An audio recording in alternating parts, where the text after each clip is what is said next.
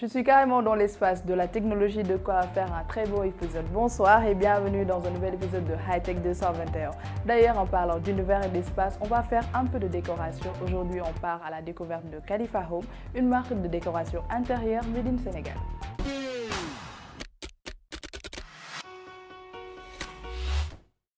Donc Khalifa, c'est une marque de décoration d'intérieur qui propose des produits qui sont faits main avec des matériaux recyclés et upcyclés. Mon catalogue, il y a principalement des luminaires qui sont faits main, assemblés ici au Sénégal.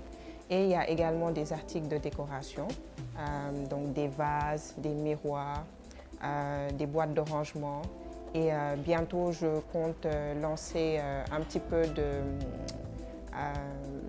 des oreillers et également des couettes. Alors, sur les réseaux sociaux, le digital nous offre la possibilité d'avoir une boutique virtuelle. Principalement, je fais des stories, je fais également des vidéos pour montrer un petit peu comment je travaille. Parce qu'il faut donner la confiance aux clients pour les produits qu'on propose, qu'ils puissent voir comment c'est fait, est-ce que c'est vraiment du Made in Sénégal, parce que ça aussi c'est important. Donc c'est principalement ça, des stories, des contenus vidéo, de jolies photos également pour mettre en valeur mes produits. Alors je dirais oui, c'est facile dans le sens où on peut proposer vraiment des photos qui sont de très bonne qualité ou des vidéos de très bonne qualité pour montrer le produit. Si le client veut discuter également par rapport à la description du produit, je suis là également pour répondre à ses attentes. Donc oui, je dirais que c'est assez facile de vendre sur Internet.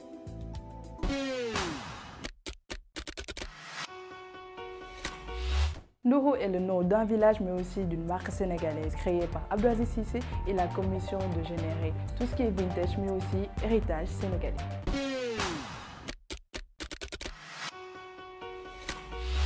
Alors, Nourou est une marque contemporaine inspirée par le vintage qui évolue aujourd'hui dans la maroquinerie, notamment avec la fabrication de chaussures et d'accessoires. Alors, ce que nous essayons de faire aujourd'hui, c'est vraiment instaurer une industrie de mode et d'art contemporain où les valeurs africaines, en tout cas, qui sont de plus en plus négligées par la nouvelle génération, reprennent vie. Et du coup, cela se fera notamment par le biais des femmes tanneuses, parce que le concept, c'est vraiment que tout soit fait au Sénégal, 100% made in Sénégal. Donc des matières premières jusqu'aux produits finis, par le biais des femmes tanneuses qui fabriqueront le cuir. Et puis nos cordonniers qui prendront le relais pour la fabrication des chaussures et des accessoires. Alors moi, tout ce que je sais faire, c'est peut-être... Moi, je suis adepte de cinéma. Donc par de petites réalisations peut-être cinématographiques et un peu médiatiques, faire passer des messages le produit. Et cela bien fixé par rapport à des thèmes. Par exemple, si je prends des mythes comme Yadikone, on se concentre peut-être sur une période de la vie de Yadikone pour peut-être faire passer un message. En tout cas, c'est ce que j'essaie de faire et c'est ce sur quoi je travaille. Peut-être après, le X, c'est le message ne soit pas bien reçu ou que ce qu'on cible ne perçoit pas bien le message. Donc après aussi, c'est un travail en amont qui est derrière, quoi. Alors, c'est facile quelque part, je répète, si le message est bien passé. Après, il y a cette culture-là de sénégalaise qui n'ont pas encore ce comportement d'acheter en ligne. Il y a ce rapport de confiance qui doit d'abord s'installer. Après, je pense que ça viendra au fur et à mesure.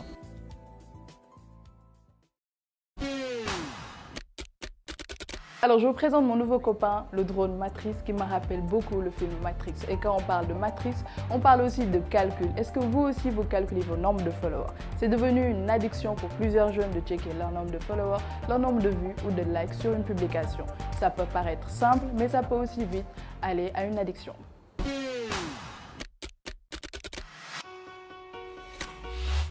Est-ce que vous comptez régulièrement votre nombre de followers sur les réseaux sociaux? Bah non, je compte pas parce que moi je connais même pas mon nombre d'abonnés parce que moi personnellement, comme je ne vous pas sur les réseaux sociaux, ça me fait rien quoi. Ça m'importe peu. Non, pas du tout parce que les réseaux sociaux et moi, je préfère suivre que dessus. Voilà, d'être suivi, c'est juste ça. Oui, je les compte régulièrement Mais depuis quelque temps, c'est bloqué à 430 abonnés sur Instagram, donc je suis un peu déçu. Mais bon, j'ai pas vraiment de contenu qui pourrait attirer, peut-être de la musique et autres, mais ça n'a pas encore marché comme je l'espérais. Sur les réseaux sociaux, avant oui, j'étais un peu très addictif aux réseaux sociaux parce que je faisais un peu ce qu'on appelle du modeling.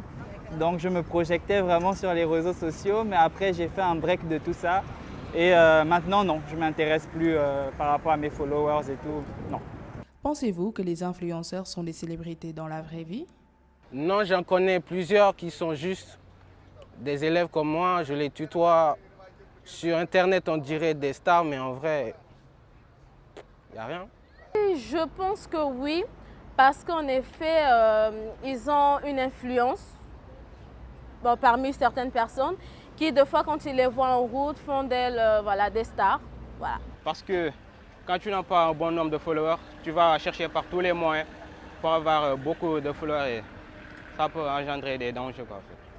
Oui, ça dépend. Je pense qu'au fur et à mesure que les followers vont augmenter, la personne aura beaucoup plus d'influence parce qu'elle aura beaucoup plus de vues. Elle pourra toucher plus grand nombre de gens. Donc ça peut jouer, oui.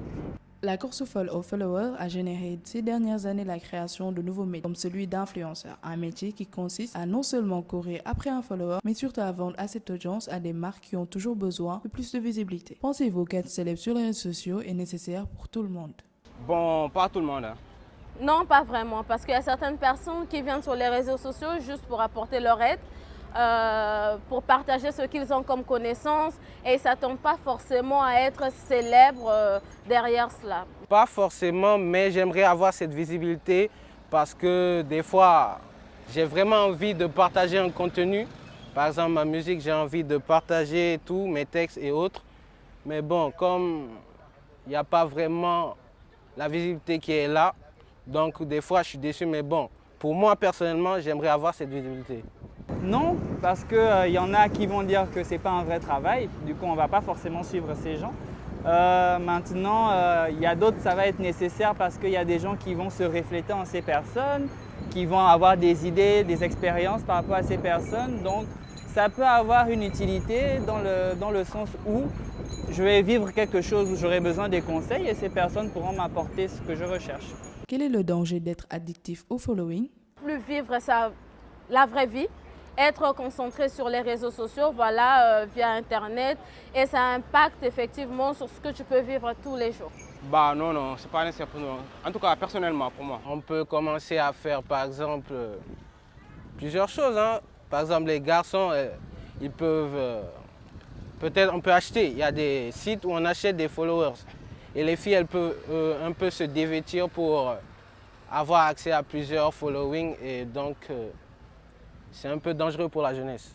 Le danger d'être addictif au following, je vais me dire que on va suivre des gens, on va juste focus sur ce que les gens vont avoir, leurs expériences. On voudra exactement ce que les influenceurs ont.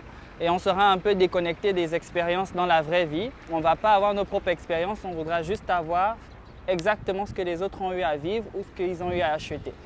On n'aura plus vraiment de personnalité, si je peux dire ça. Avez-vous un influenceur ou un créateur de contenu préféré? Ouais, BMJ, c'est mon rappeur préféré, je le suis presque partout. Oui, j'aime bien parce que je suis une personne qui aime bien rigoler, donc tout ce qui fait rigoler, j'aime bien suivre, oui. J'en ai plusieurs, mais pour n'en citer que 3, c'est que des artistes. On va dire, le premier s'appelle Daouzi, le deuxième s'appelle Damso et le troisième s'appelle Frénétique. Pas sénégalais, parce que je ne suis pas trop vraiment les réseaux sociaux sénégalais, mais des Français, oui, et quelques-uns Gabonais aussi. Avec le développement des blogs et des réseaux sociaux, certaines personnes ont réussi à se faire connaître, à être appréciées par les internautes et à créer une communauté. Ces personnes sont appelées des influenceurs, mais ne cherchez pas à devenir un influenceur pour la célébrité. Pensez surtout à la valeur que vous pouvez partager avec votre communauté. Bonjour, je suis Anta Sedi, chef de projet Poesam, prix Orange de l'entrepreneur social au Sénégal. Ce concours lancé par Sonatel Orange permet d'accompagner des projets utilisant des TIC et qui facilitent la vie des populations. Voici un de nos lauréats de l'édition 2021. Bonjour, je m'appelle Seydina Mohamed Sen, cofondateur de la start-up FinTech Willfin. Chez Willfin, nous développons des applications mobiles pour vous permettre de mieux gérer vos dépenses et épargner de l'argent. Aussi, de budgétiser tout ce qui est cérémonie religieuse, mais aussi former vos enfants, les éduquer à être plus responsables de leurs finances très jeunes. Avec le prix Orange, nous avons bénéficié d'un accompagnement de 6 mois par des experts et une subvention de 4 millions pour financer nos dépenses de démarrage. Faites comme nos lauréats 2021, Willfin et Digital Nissa, en déposant votre candidature au plus tard ce 27 mai sur https://poesam.orange.com.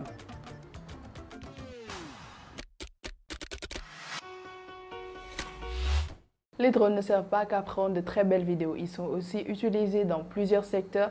Aujourd'hui, on parle des métiers de drone et pour en parler, je reçois une personne spéciale, l'MVP, on va dire, des drones au Sénégal. Docteur Drone, bonjour. Bonjour Awa. Merci de nous recevoir ici. Merci aussi pour votre visite et on salue aussi tous les téléspectateurs de High Tech 221. Très heureux. Alors aujourd'hui, quand on parle de drone, on pense à l'audiovisuel, mais quels sont les autres secteurs qui utilisent la technologie des drones?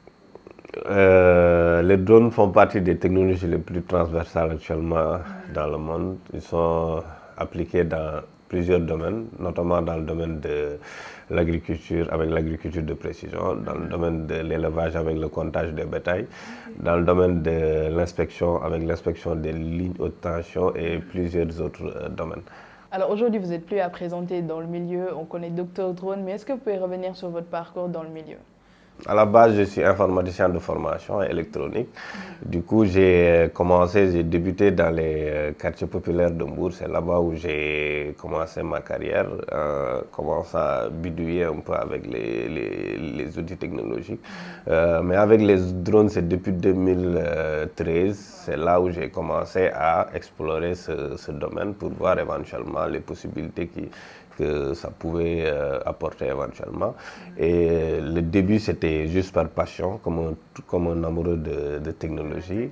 Et aujourd'hui, ça a commencé à grandir au fur et à mesure que j'ai vu les opportunités. Et là, j'ai compris que ça ne suffisait pas uniquement d'apprendre sur Internet, d'être autodidacte. Il fallait rendre professionnel. C'est pour cela qu'en 2017, j'ai passé une certification télépilote professionnel pour devenir officiellement un télépilote professionnel de drone éventuellement, et c'est en ce moment que j'ai créé la première structure sénégalaise qui est spécialisée dans les drones et ses applications.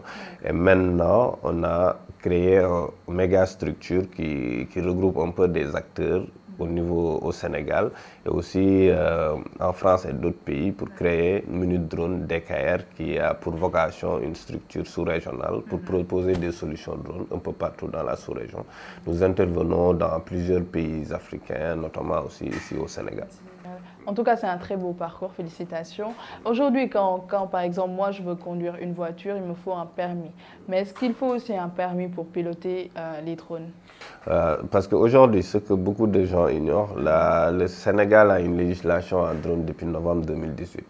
Donc aujourd'hui, c'est sur la législation, on exige que tous les utilisateurs de drones se soumettent par rapport à cette législation. Donc, notamment, le télépilote doit être certifié auprès de centres qui sont spécialisés dans ce domaine. C'est pour cela que nous avons créé un centre de formation qui peut éventuellement certifier les télépilotes professionnels pour qu'ils puissent avoir ce qu'on appelle l'autorisation d'exploitation rapace ou bien le permis d'exploitation de rapace éventuellement de drone. Et aujourd'hui, nous ambitionnons d'avoir une licence sous-régionale au niveau de l'UEMOA pour éventuellement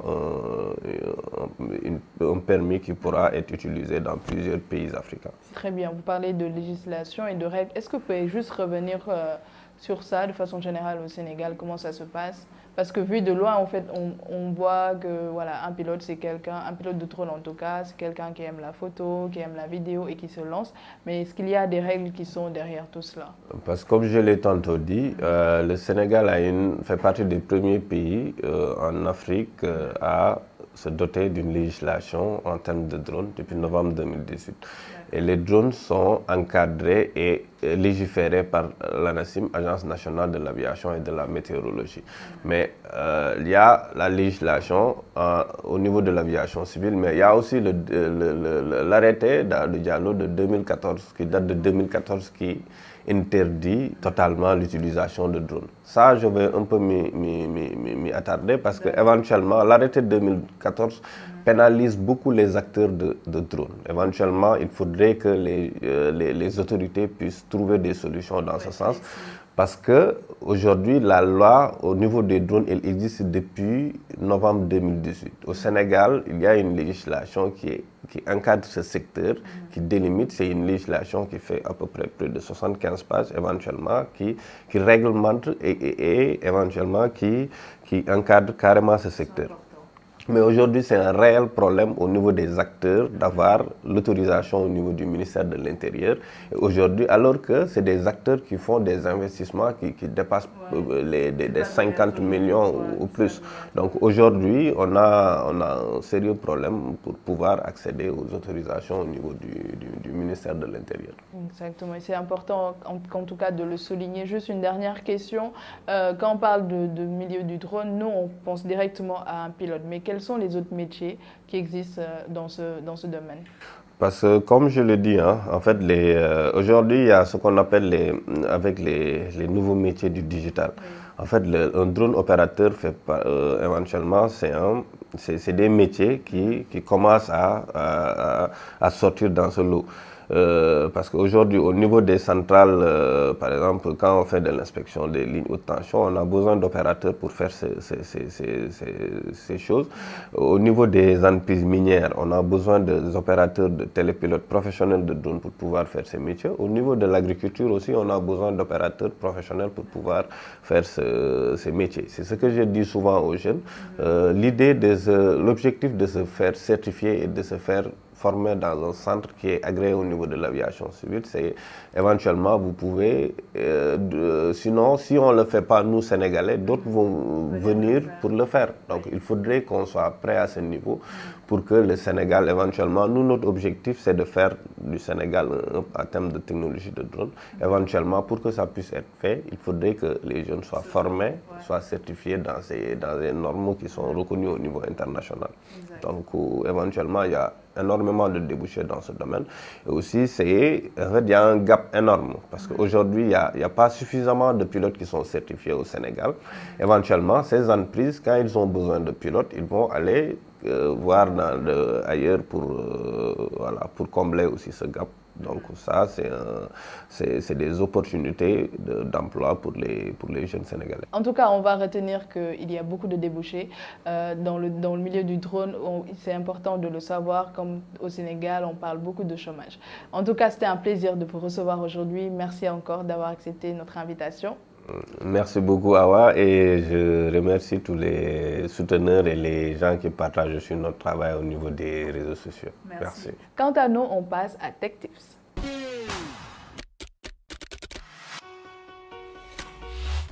Si vous n'avez pas de câble Internet chez vous et que vous voulez profiter des avantages d'un accès sans fil, vous pouvez connecter votre Smart TV en Wi-Fi. Le réseau de votre box Internet est directement utilisable pour votre téléviseur s'il est équipé d'un routeur comme beaucoup de modèles récents. Les paramètres de votre télévision vous demanderont d'indiquer le mot de passe de votre réseau Wi-Fi et le tour est joué. Si votre TV n'est pas doté d'un routeur Wi-Fi, vous pouvez vous équiper d'une clé Wi-Fi spécialement adaptée à la télévision. Hairglass sont des lunettes connectées très stylées qui vous permettent non seulement, en plus de leur champ de vision, de lire des messages ou même de passer un appel vidéo.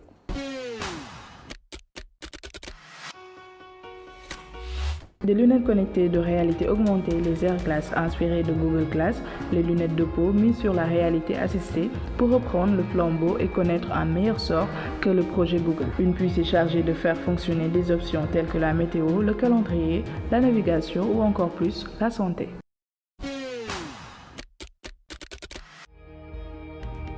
Il s'agit d'une sacoche LED amusante qui peut être personnalisée avec n'importe quel Pixar que vous aimez sur l'écran. Divon App a préparé de nombreuses images définies où vous pouvez choisir de créer votre propre image avec ou sans texte. Ce serait formidable de le porter lors d'une soirée pour vous exprimer et faire preuve d'un peu de créativité.